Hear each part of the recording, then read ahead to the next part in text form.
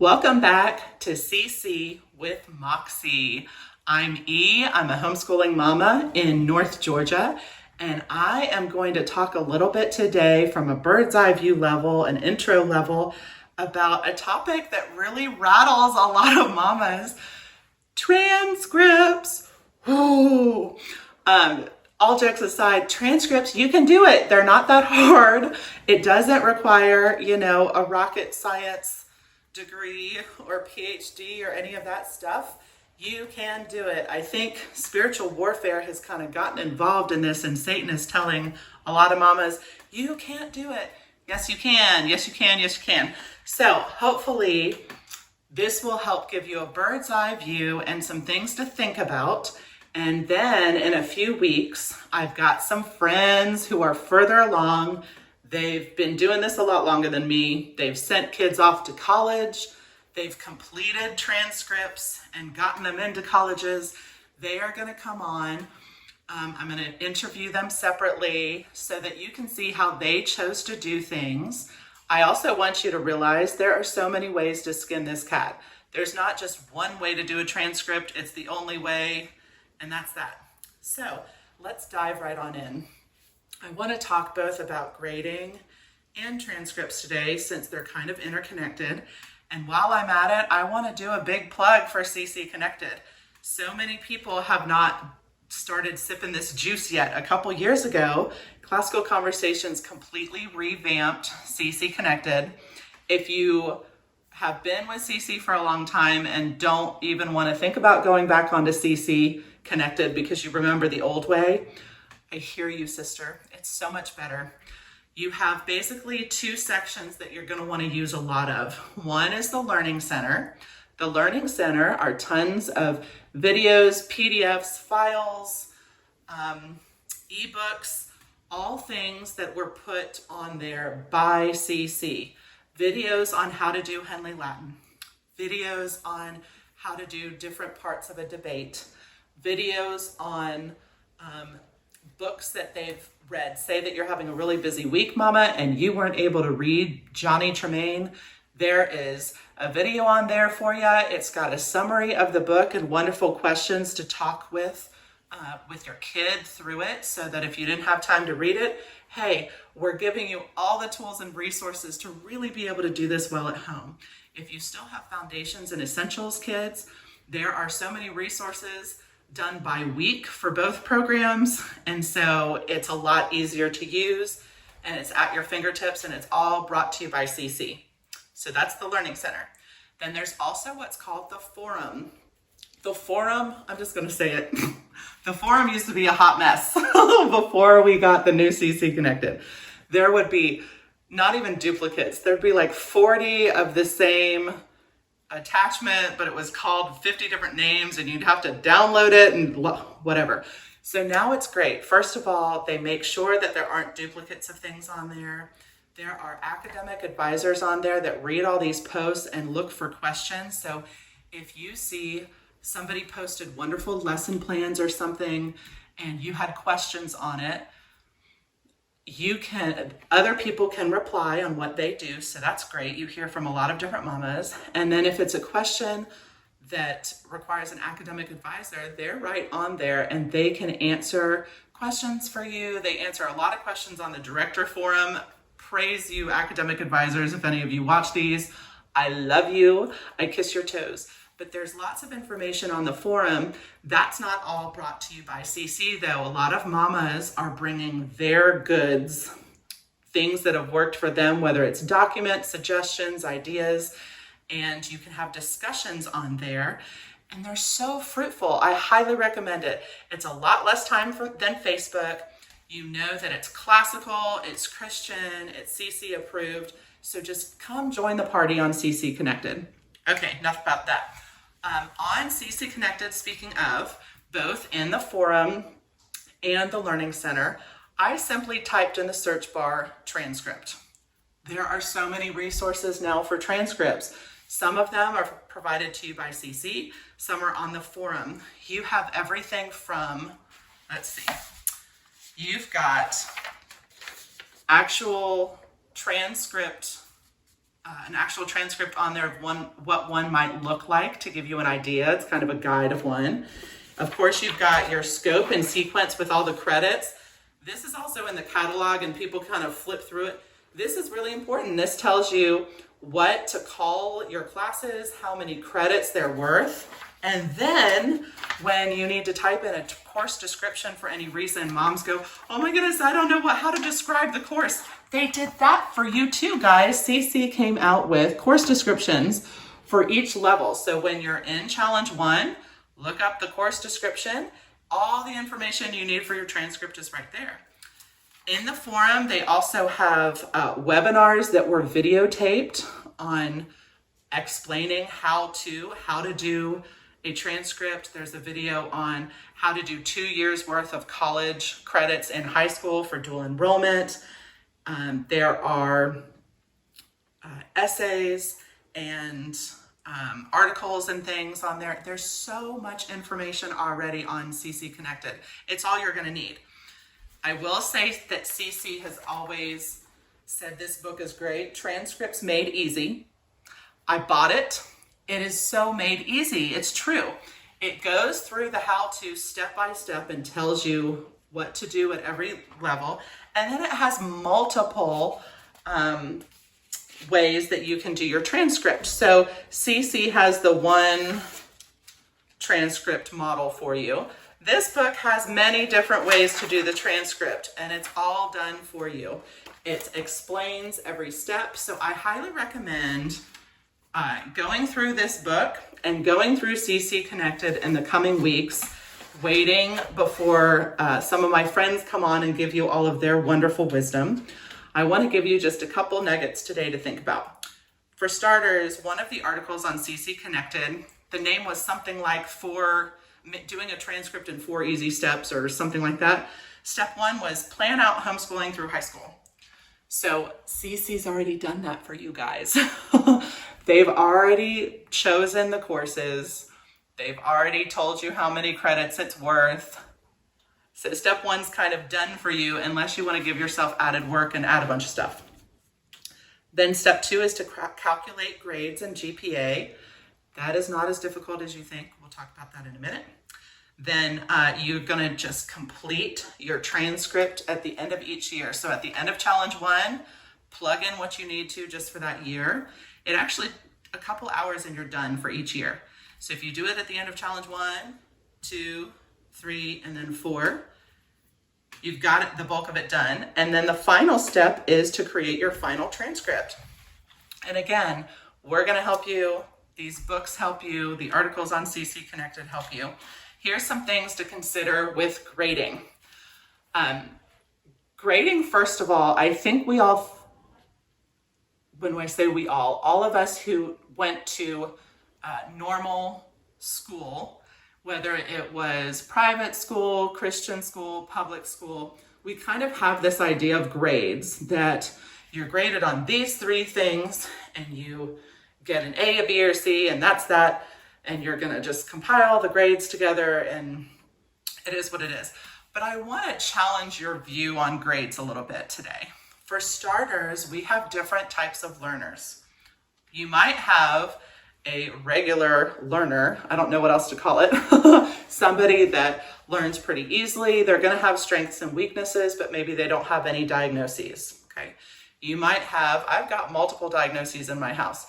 You might have a kid that's dyslexic. You might have a kid with processing disorder. You might have an Asperger. You might have an autistic child. There are so many different types of learners nowadays. You cannot possibly think that one way to grade is the only way to do this. For example, I shared my stories, one of the first, 5 or 6 podcasts. I have multiple diagnoses, and I would read the science or the history or whatever in high school, and I would go to what our school called 0 hour, where we could talk with the professors. And the morning of tests or quizzes, they always had a ton of kids in their room. They're asking questions, we're answering. My teachers knew that I was doing the work at home because I could communicate during 0 hour times and explain concepts to them. And then I'd get to the test and I'd bomb it, because my brain cannot process multiple choice and true false well at all. So those grades were not reflective of my knowledge. You have that across the board for all different learning styles. So I want to encourage you mamas, think about your child when figuring out how you want to grade them. I am going to post some generic or a generic challenge 1 grading template in the description for you, so you can click on that and get an example idea.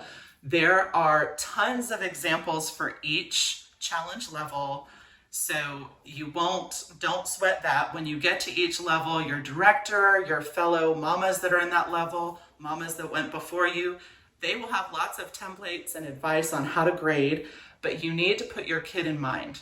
So all that to say things like this. I don't just grade on final products.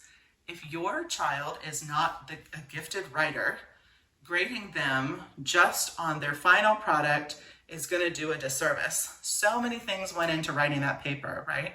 So for example, I'm going to grade on, did you read the book? Step 1. Did you complete an Annie chart? If you don't know what that is, it's kind of the first step of organizing your thoughts before you begin writing your paper. Then, did you complete the worksheets for the 5 common topics and all of the organizational arrangement type worksheets you need to complete from your Lost Tools of Writing student pages? Did you complete the work? Then I'm going to grade on, did you organize or arrange it the way the outline suggests?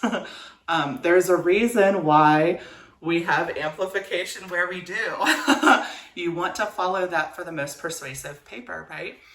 Then I added something in that I got this idea from our SR Nancy. If you have a child that doesn't love writing papers, they tend to not have a great attitude about it. So I added attitude when writing your paper as part of the grade. And lo and behold, my child's attitude started to improve, and so did her work. How you think about something and your attitude toward it before you even begin is going to give you a good idea of how that paper is going to be in the end if there isn't an attitude adjustment. So I added in as 10% of my kids' grades their attitude when writing the paper, and their papers improved and their grades are reflected in that. And then lastly, at the end of your Lost Tools of Writing book, page 275 begins a little section on how to assess your child's writing.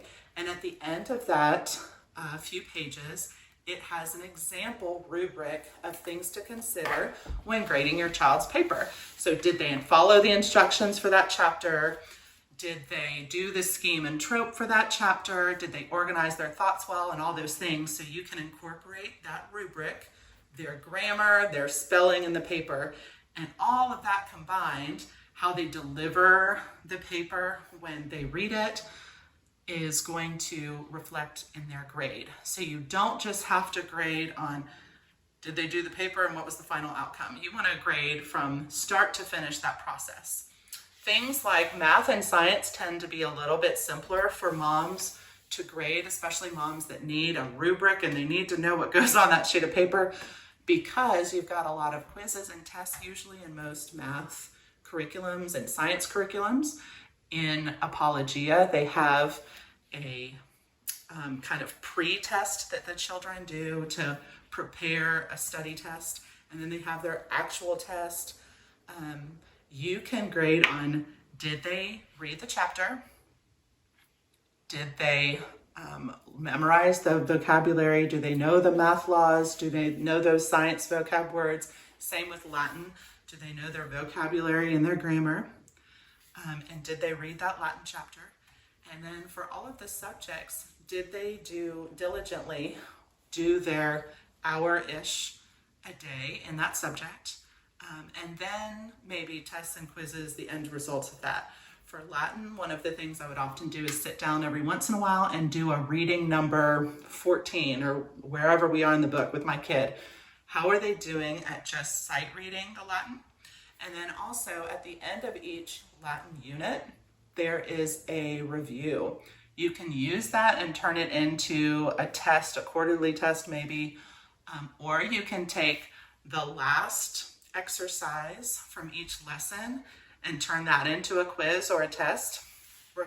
There is a Henley quiz book and there's a Henley test book if you want to purchase those, but those aren't necessary. Again, you want to see the whole picture. Did my child work diligently? Did they do the memorization? How are they with the dialectic? And now how are they with the rhetorical phase of that learning?